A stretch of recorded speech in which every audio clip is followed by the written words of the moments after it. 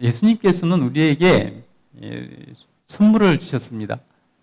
여러 가지 선물을 주셨죠. 그 가운데서 정말 중요한 것 중에 하나가 뭐냐면 바로 자유를 우리에게 선물 주셨습니다. 자유라는 것을 선물 주셨습니다. 여러분, 자유는 여러 가지가 있죠, 그죠?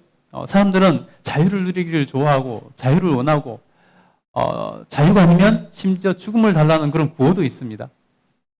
그만큼 사람들은 자유를 중요하게 여긴다는 것이죠. 여러분, 우리 시대에 참 여러 가지 자유를 말하는데 육체적 건강의 자유, 시간적 자유, 뭐 여러 가지, 또 특별히 요즘 시대에는 경제적인 자유를 사람들이 많이 얘기를 합니다. 그래서 자유롭고 싶다는 것이죠. 그런데 여러분, 여러 가지 자유 중에서 가장 중요한 자유, 그 자유가 무엇일까요? 우리 주님께서는 그 자유를 우리에게 주셨습니다.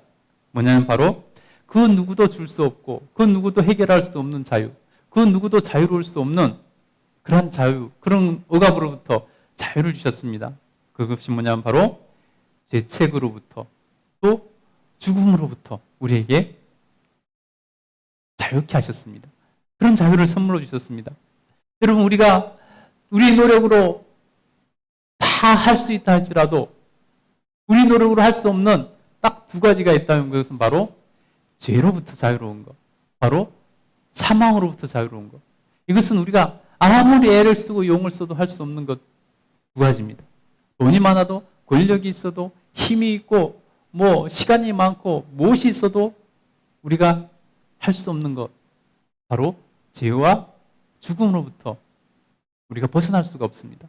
그러나 우리 주님께서는 그것으로부터 우리에게 자유를 주셨습니다. 율법 아래에서, 마귀의 권세 아래에서 종로를 타던 우리를 예수님을 통해서 구원해 주시고 우리의 정말 불쌍한 그런 삶을 벗어버리고 자유를 주시려고 하나님의 영이신 성령께서 우리에게 직접 오셔서 우리와 함께 해주셨다는 것입니다. 그래서 우리에게 진리로 자유케 하셨습니다. 그래서 성경은 진리가 너희를 자유케 하리라 라고 말씀합니다. 뭐가 자유케 한다고요? 진리가 너희를 자유케 하리라 라고 말씀하셨습니다. 여러분, 진짜로 자유를 누리는 것은 무엇일까요? 여러분, 누구나 다 자유를 말하지만 진짜로 자유를 누리는 사람은 어떤 사람일까요? 여러분, 자유라는 것이 무엇일까요? 진짜 자유가 무엇일까요? 여러분, 사람들이 자유라 하면은 최대한으로 이렇게 펼쳐서 얘기하는 것들이 뭐냐면 바로 자기 마음대로 할 수 있는 것을 자유라고 생각합니다. 자기 하고 싶은 대로 하는 것을 자유라고 생각합니다. 여러분, 자유라는 게 정말로 자기 마음대로 할 수 있는 게 자유일까요? 여러분, 이 땅에서 자기 마음대로 할 수 있는 사람이 있을까요? 자기 마음대로 살아갈 수 있는 사람이 있고 자기 마음대로 해도 되는 공간이 있을까요? 그런 시대는 있었을까요? 없습니다. 여러분, 자유라는 것은요, 진정한 자유는 무엇이냐면요, 우리에게 허락된 범위 안에서 누릴 때 그것이 진정한 자유가 될 수 있다는 것입니다. 예를 들면 여러분, 물고기가 만약에 나는 물이 싫어, 나는 물에 갇혀 있고 살기 싫어, 나는 저 육지에 있는 수많은 동물들처럼 나는 육지에서 자유롭게 살고 싶어 해서 여러분 그 물을 박차고 육지로 뛰어 올라왔다 하면은 그 물고기가 자유를 누릴 수 있을까요? 정말 자유해지는 것일까요? 여러분, 그 순간부터 그 물고기는 자유가 아니라 죽음이 기다리고 있는 것입니다. 그래서 여러분, 진정한 자유는 우리 존재 자체가 가지고 있는 그 범위 안에서, 주어진 범위 안에서 있을 때 진정한 자유를 누릴 수 있는 것입니다. 여러분, 마찬가지로 우리 그리스도인들에게 예수님과 성령님으로 인해서 자유가 선포되었습니다. 죄와 사망으로부터 자유가 성취되었습니다. 율법 아래에서, 마귀의 권세 아래에서 종노를 하는 것으로부터 자유를 성취했습니다. 주셨죠, 우리에게. 그래서 우리는 성취했습니다. 이제 우리는 사망에서 생명으로, 마귀의 종에서 하나님의 자녀로 변화되었습니다. 불완전한 어린 자녀가 여러분 부모의 보호 아래에 있어서 진정한 자유를 누릴 수 있듯이 우리는 하나님의 은혜 안에 머물 때 진정한 자유를 누릴 수 있습니다. 여러분 한번 생각해 보세요. 아직 어린 아이가 나는 우리 부모님이 싫어서, 부모님의 억압이 싫어서, 부모님 간섭이 싫어서 나는 자유롭고 싶어, 부모님을 떠날 거야 하고 집을 나갔다고 생각해 보세요. 우리 집사님 다 나가, 나는 우리 집에서 구속받기 싫어하고 집에서 나갔다고 생각해 보세요. 어떨 것 같습니까?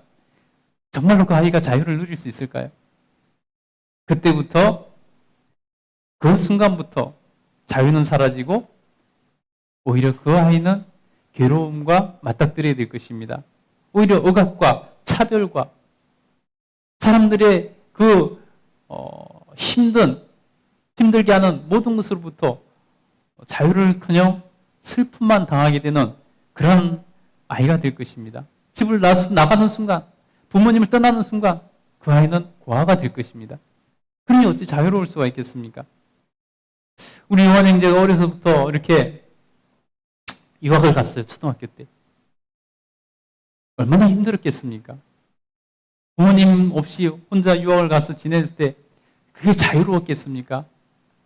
힘들었겠죠. 부모님의 보호 아래서 있을 때가 자유로운 거지, 부모님이 보호 없이 혼자 지내는 어린아이는 힘든 것입니다. 자유가 오히려 없어지는 것입니다. 여러분, 우리가 정말로 하나님 주신 자유를 누리기를 원한다면은 우리가 하나님 은혜 안에 머물 때 진정한 자유를 누릴 수 있는 것이죠. 그래서 우리 그리스도인들은 우리의 부모님이신 주님 안에서 자유를 누려야 행복할 수가 있는 것입니다. 우리 하나님 아버지 안에서 누리는 자유도 누리는 방법이 있습니다. 어떻게 해야 정말 하나님 안에서 자유를 누릴 수 있는 것일까요? 여러분, 우리가 그냥 하나님 안에서 누리는 자유가 내 마음대로 그냥 주일날 예배만 드린다 그래서 내가 주님 안에서 자유를 누리는 것인가? 그것이 아니라는 것입니다. 그럼 그것이 무엇일까요? 어떻게 해야 주님 안에서 자유를 누리는 방법일까요? 그것이 무엇이냐면 바로 우리가 하나님 안에서 자유를 누리는 방법은, 진짜 자유, 그 자유를 누리는 방법은 사랑을 통해서 자유를 누릴 수 있는 것입니다. 여러분, 우리는 하나님 안에서 진짜 자유를 누릴 수 있는데 그 진짜 자유를 누리는 방법은 사랑이라는 것입니다. 그렇지 않으면요, 우리가 하나님의 그 사랑 안에서 그 자유를 누리지 않으면요, 그래서 내 마음대로 하면요, 방종이 되고 교만이 됩니다. 여러분, 우리 그리스도인들이 하나님의 방법으로 사랑을 깨닫지 못하고 사랑을 실천하지 못하면요, 얼마나 교만한 그리스도인들이 많이 생기는지 모릅니다. 얼마나 방탕하고 교만하고 방종한 그리스도인들이 많이 생기는지 모릅니다. 그래서 세상에서부터 지적을 당하고 손가락질을 당하는 것 아니겠습니까? 하나님께서는 교만을 미워하시고 교만한 자를 심지어 벌하시는 분이라고 말씀하고 있습니다. 그래서 우리는 반드시 사랑이라는 방법을 통해서 자유를 누려야 됩니다. 그래야 참 자유를 누리는 사람이 되고 참 자유 안에서 행복을 누릴 수 있는 사람이 되는 것입니다. 사람들은 자유를 자기가 하고 싶은 대로 자기 마음대로 해도 되는 것으로 착각을 합니다. 너는 자유가 너에게 이제 지금 자유가 주어졌어. 그런 사람들은 이제 내 마음대로 해도 되는 거야? 이렇게 생각한다는 것이죠. 정말 그럴까요? 그것은 착각입니다. 그래서 여러분, 주님의 피값으로 주어진 자유를 자기 욕심을 채우는, 자기의 욕망을 채우는 명분으로 잘못된 사용하는 사람들이 많다는 것입니다. 세상 어디에도, 여러분 한번 돌아보세요. 세상 어디에도 내 마음대로 하고 살 수 있는 데가 없습니다. 세상 어디에도 자기 하고 싶은 대로, 자기 마음대로 해도 되는 자유를 얘기하는 곳은 없다는 것입니다. 그런 자유는 없습니다. 그것은 자유가 아닙니다. 세상 어디에서 자유를 말을 해도 내 마음대로 해도 돼, 이렇게 말하는 데는 한 군데도 없다는 것입니다. 여러분, 자기 마음대로 하는 것은요, 자유가 아닙니다. 그것은 죄를 부르는 것이지, 내 맘대로 하는 것은 죄를 부르는 것이 자유가 아니라는 것을 우리는 알아야 됩니다. 여러분, 주님이 십자가에서 죽으심으로 주신 자유를 육체의 욕망을 만족시키는 수단으로 사용해서는 안 됩니다. 그 핑계로 사용해서도 안 된다는 것입니다. 그래서 갈라디아서는 분명히 말씀합니다. 우리 13절부터 한번 읽어보겠습니다. 13절부터 15절까지 한번 읽겠습니다. 시작. 형제들아, 너희가 자유를 위하여 부르심을 입었으나 그러나 그 자유로 육체의 기회를 삼지 말고 오직 사랑으로 서로 종노릇하라. 온 율법은 내 이웃 사랑하기를 내 자신같이 하라 하신 한 말씀에서 이루어졌나니 만일 서로 물고 먹으면 피차 멸망할까 조심하라. 아멘. 여러분 보세요. 우리가 자유를 위하여서 부르심을 입었으나 그러나 자유로 육체의 기회를 삼지 말라라고 분명히 말씀합니다. 그래서 오직 사랑으로 서로 종노릇하라. 사랑으로 행하는 것이 진짜 자유라는 것이죠. 그래서 뭐라고 말씀합니까? 온 율법은 내 이웃을 사랑하라기를 내 자신과 같이 하라 하신 이 말씀에서 이루어졌다는 것입니다. 그 말씀 안에서 우리가 율법으로 자유로워질 수 있다는 것입니다. 그래서 그렇지 않으면요, 사랑으로 자유를 누리지 않으면요, 어떻게 되냐면 바로 서로 물고 서로 먹고 먹히는 그래서 피차 멸망하는 그러하게 된다는 것을 분명히 말씀하고 있습니다. 여러분, 그래서 우리는 사랑으로 자유를 누려야 되는 것입니다. 그래서 예수님께서는 이 땅에 율법을 완성하러 오셨다 했는데 어떻게 완성했다고 말씀하시냐면요, 바로 사랑으로 율법을 완성했다라고 말씀합니다. 그래서 뭐라고 말씀합니까? 새 계명을 너희에게 주노니 서로 사랑하라.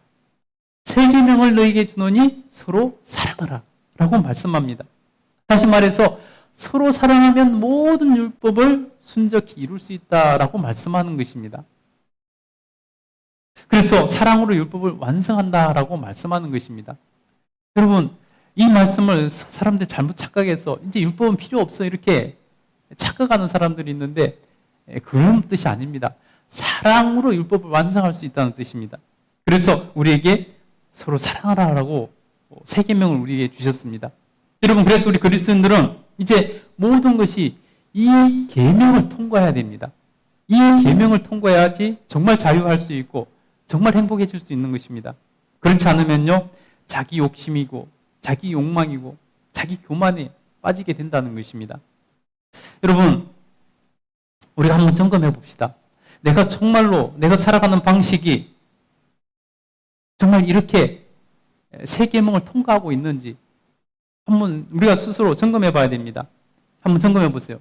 나의 말이 서로 사랑하라는 이 새 계명을 통과하고 있는지, 내가 내뱉는 모든 말이 정말로 서로 사랑하라 하신 그 말씀을 통과하고 있는지, 그 말씀에 맞춰서 내가 말을 하고 있는지, 말을 사용하고 있는지, 나의 행동이 서로 사랑하라는 그 새 계명을 통과하고 있는지, 나의 선택이, 내가 하는 모든 선택이 내 이기적인 것이 아니라 서로 사랑하라는 이 새 계명을 통과해서 내가 선택하고 결정하는지, 나의 인간관계가 이기적이라는 것이 아니라 새 계명을 통과해서 서로 사랑하라는 이 새 계명을 통과하는 인간관계를 맺고 있는지, 또 나의 자유가 사랑하라는 이 새 계명을 통과하고 있는 것인지, 그래서 그 새 계명 안에서 자유를 누리고 있는지, 여러분 우리 스스로 점검해야 됩니다.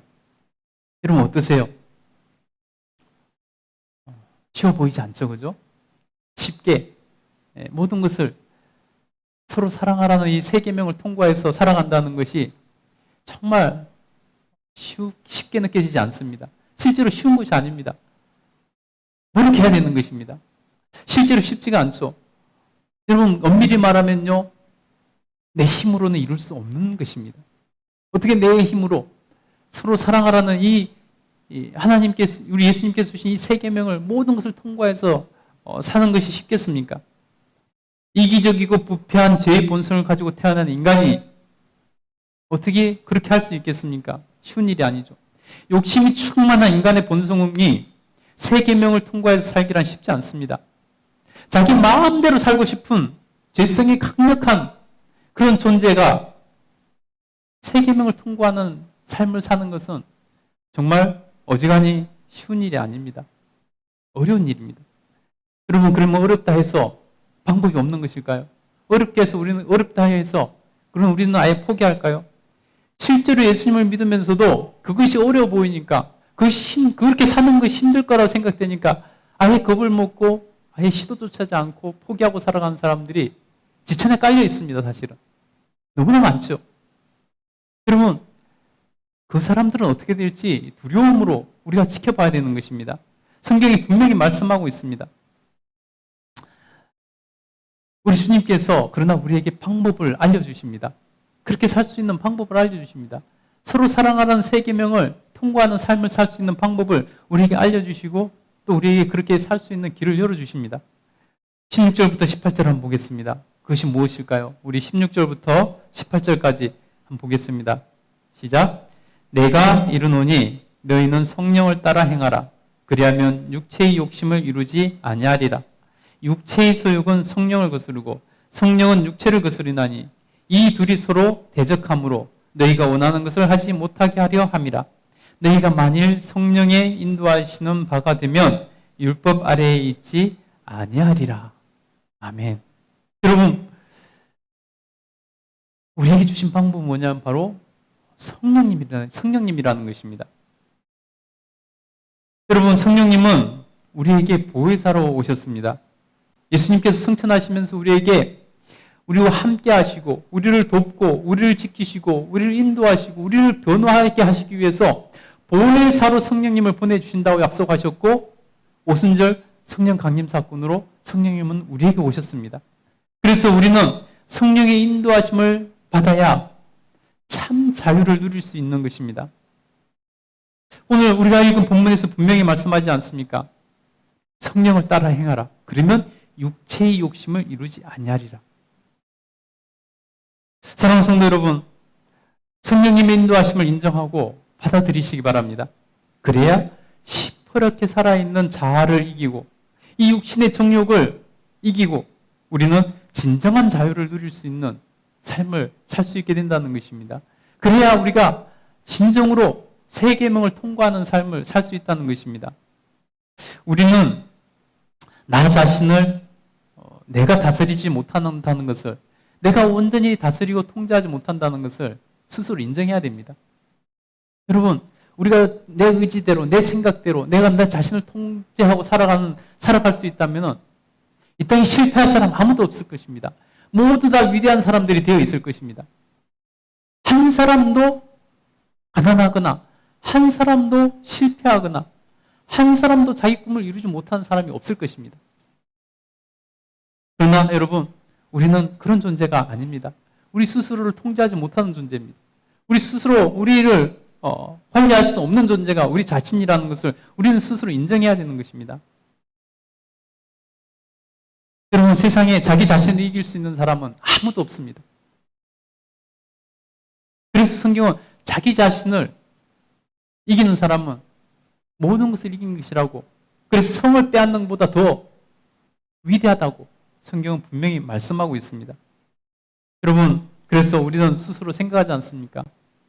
내 마음은 이게 아닌데, 내 의지는 이게 아닌데, 내 생각은 이게 아닌데 왜 내 몸은 벌써 그곳에 가 있고 내 행동은 그렇게 빨리 그렇게 살아가고 있는지 스스로를 돌아보면서 후회하는 그러한 때가 많지 않습니까?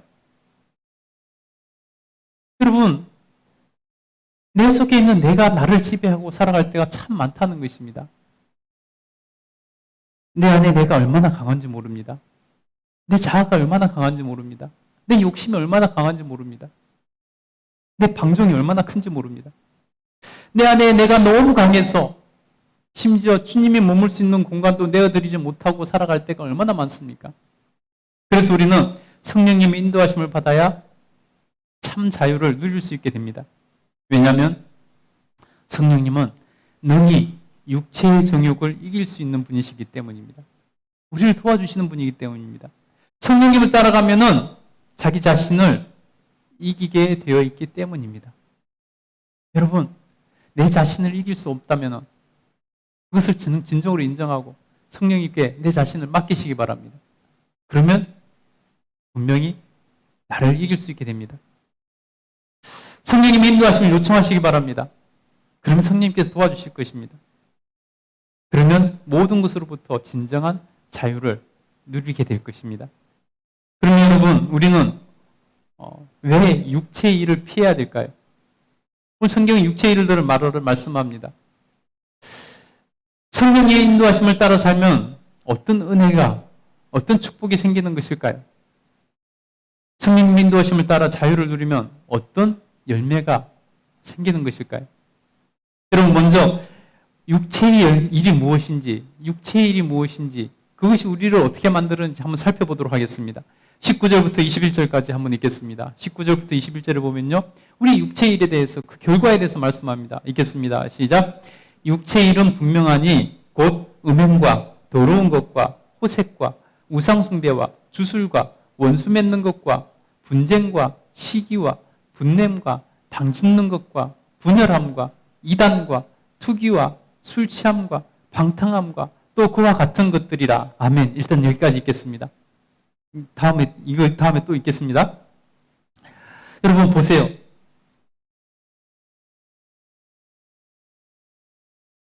우리 자신을 내버려 두면, 내가 그나마 나 스스로를 절제하지 않으면요, 하나도 빠짐없이 다 이런 것들에 빠지게 되어 있다는 것입니다. 여러분, 죄를 짓은 우리가 추구하는 것은 뭡니까? 내 속사람이 쫓아가는 것이 무엇입니까? 그것은 분명합니다. 음행과 더러운 것과 호색과 우상숭배와 주술과 원수 맺는 것과 시기와 분냄과 당짓는 것과 분열함과 이단과 투기와 술 취함과 방탕함과 이런 종류들이라는 것입니다. 여러분, 우리가 스스로를 절제하지 않으면요, 스스로를 관리하지 않으면요, 내버려둬 보세요.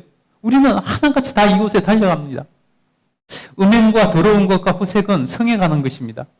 우상숭배와 주술은 이방 신을 섬기는 우상에 가는 것입니다. 원수 맺는 것과 시기와 분냄은 인간관계에 관한 것입니다. 당짓는 것과 분열함과 이단과 투기는 사회악에 관한 것, 공동체에 해를 가하고 망치는 것과 관련이 되어 있습니다. 술 취함과 방탕함은 술에 대한 것입니다. 여러분, 이것들 중에 어느 하나도 쉽게 우리를 피해갈 수 있는 것, 우리가 피해갈 수 있는 것이 없습니다. 자유로울 수 없다는 것입니다. 누구나 걸려 넘어지기 십상인 것들입니다.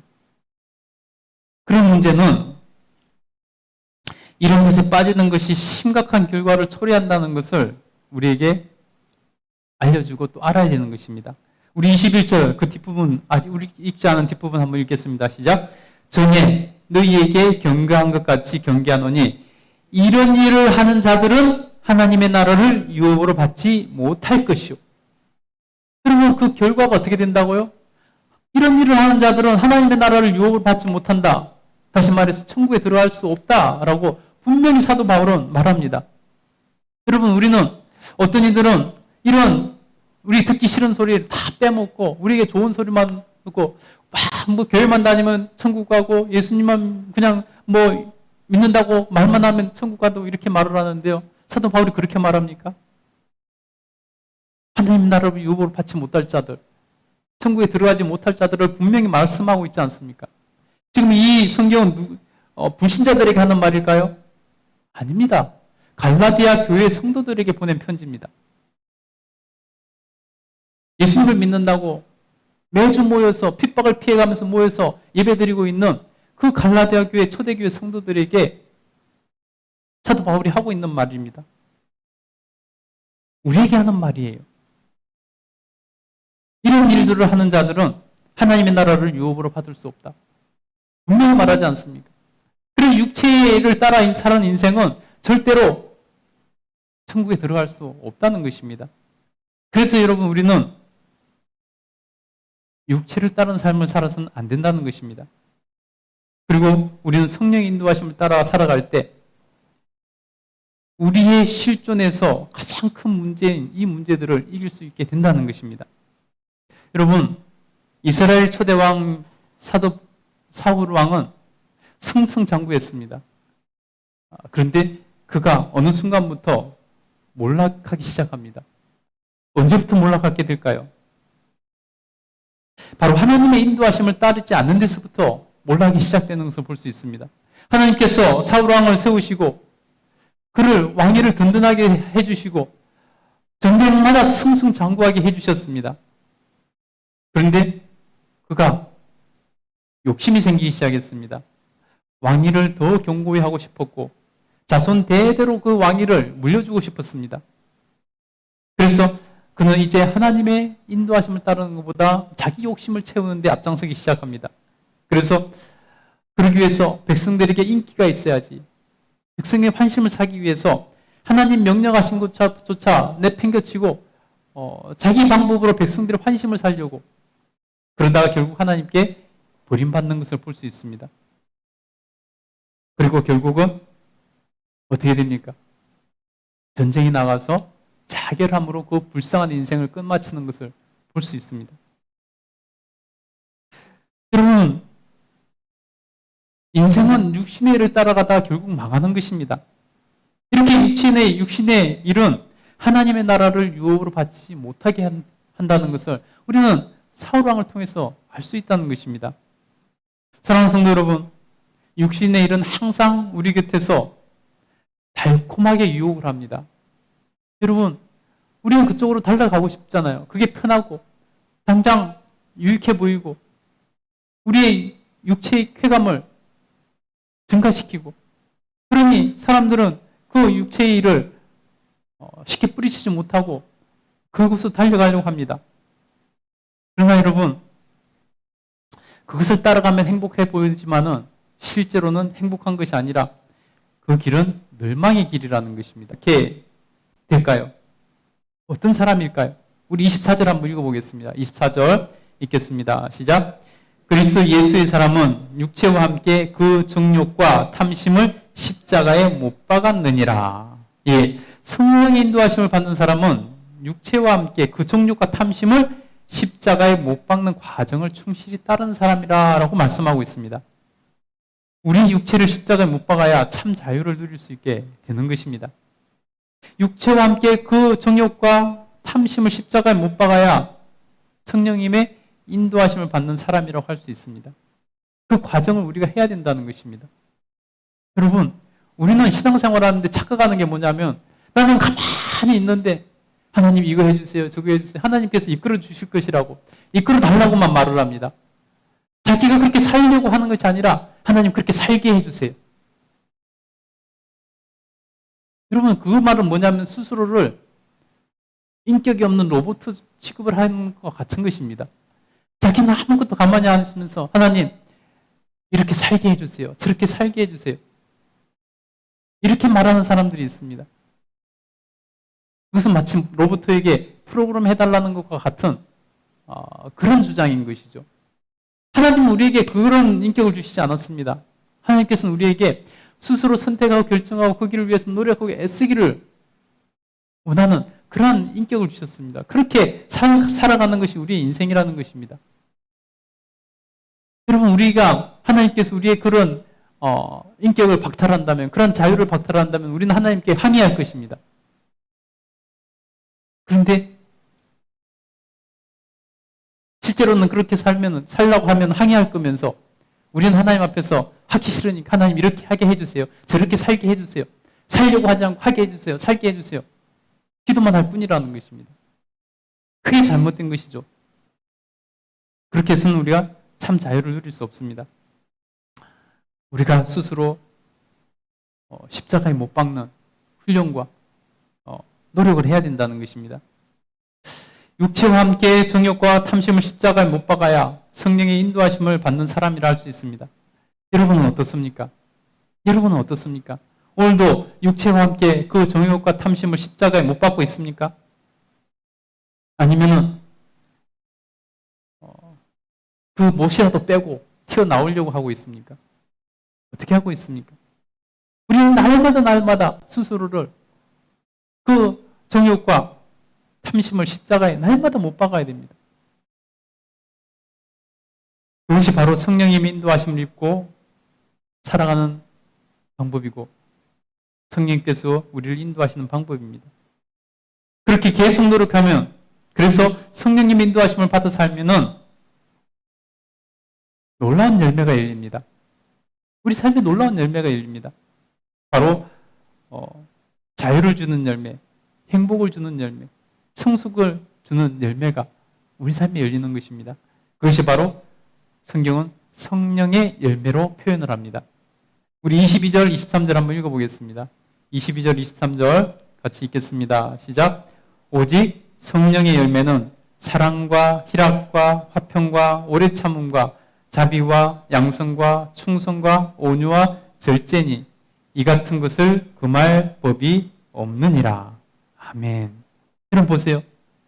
여러분 성령의 9가지 열매가 열린다는 것입니다. 여러분 이것은 각각 다른 열매가 아니라 그 열매에 그런 특성이 생긴다는 것입니다. 다시 말해 우리의 인격에 그런 특성들이 주렁주렁 열린다는 것입니다. 이런 성령의 열매가 우리에게 참된 자유를 줍니다. 한번 볼까요? 사랑 안에서 누구나 사랑이 주는 행복과 자유함을 누리게 됩니다. 희락 안에서 누구나 함께 기뻐하며 자유를 누리게 됩니다. 화평하면은 누구나 그 안에서 행복을 느끼게 됩니다. 오래 참으면 서로가 서로에게 정말로 자유함을 얻을 수 있게 됩니다. 자비와 양성과 충성과 온유와 절제하는 사람이 모이면 그 안에 진정한 자유함을 누리게 되어 있다는 것입니다. 여러분 자유는 그렇게 오는 것이고 그렇게 누리는 것입니다. 자유함을 위해 육체 일을 하면 어떻게 될까요? 자유를 위해 육체 일을 따라가 살면요 자유할 수 있게 될까요? 아닙니다. 한번 보세요. 우리가 우리 육체를 따라 살면은 자유해지는지 억압이 되는지 한번 보세요. 오늘 아까 성경에 언급한 것들 한번 볼까요? 음행과 더러운 것과 호색하는 무리 안에서 여러분이 살아간다면 자유를 누릴 수 있겠습니까?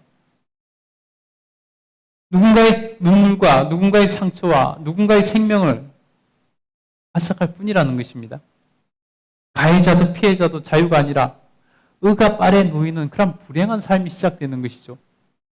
여러분 우상숭배와 주술하는 무리에게 들어가면 자유롭게 살 수 있을까요? 오히려 미신은 오히려 얽매이게 하고 사람을 두렵게 만들고 떨게 만들고 자유가 멀어지는 것입니다. 분쟁과 시기와 분냄과 다툼은 어떨까요? 그 안에 살면 사람이 자유를 누릴 수 있을까요? 그 안에 누구도 평안할 수 없습니다. 불안하고요. 좌절이 일어나고요. 서로에 대한 불신만 가득해질 것입니다. 그 안에서 어떻게 자유할 수 있겠습니까? 당짓는 것과 분열함과 이단도 마찬가지입니다.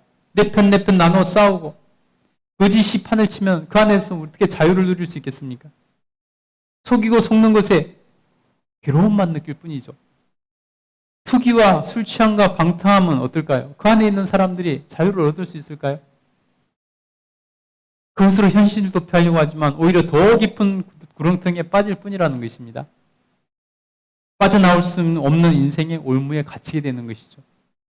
여러분 이렇게 육신의 일은 절대로 우리에게 자유와 행복을 가져다 주지 못합니다. 그러나 성령님 인도하심을 따르면요 우리 모두가 행복해질 수 있는 성령의 열매를 맺게 됩니다.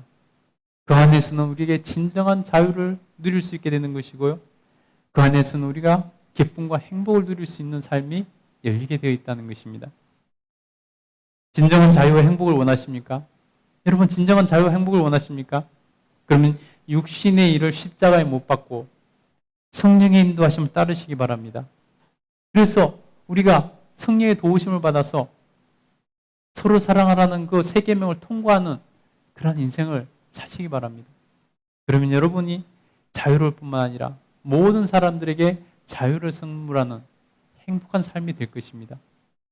여러분의 가정에서 십자가를 통과한 삶을 살아보십시오. 여러분 가정에서 서로 사랑하라는 그 사랑의 계명을 통과하는 삶을 살아보십시오. 여러분 가정이 천국이 될 것입니다. 여러분 우리 교회가 서로 사랑하라는 그 계명을 통과하는 신앙생활을 해보세요.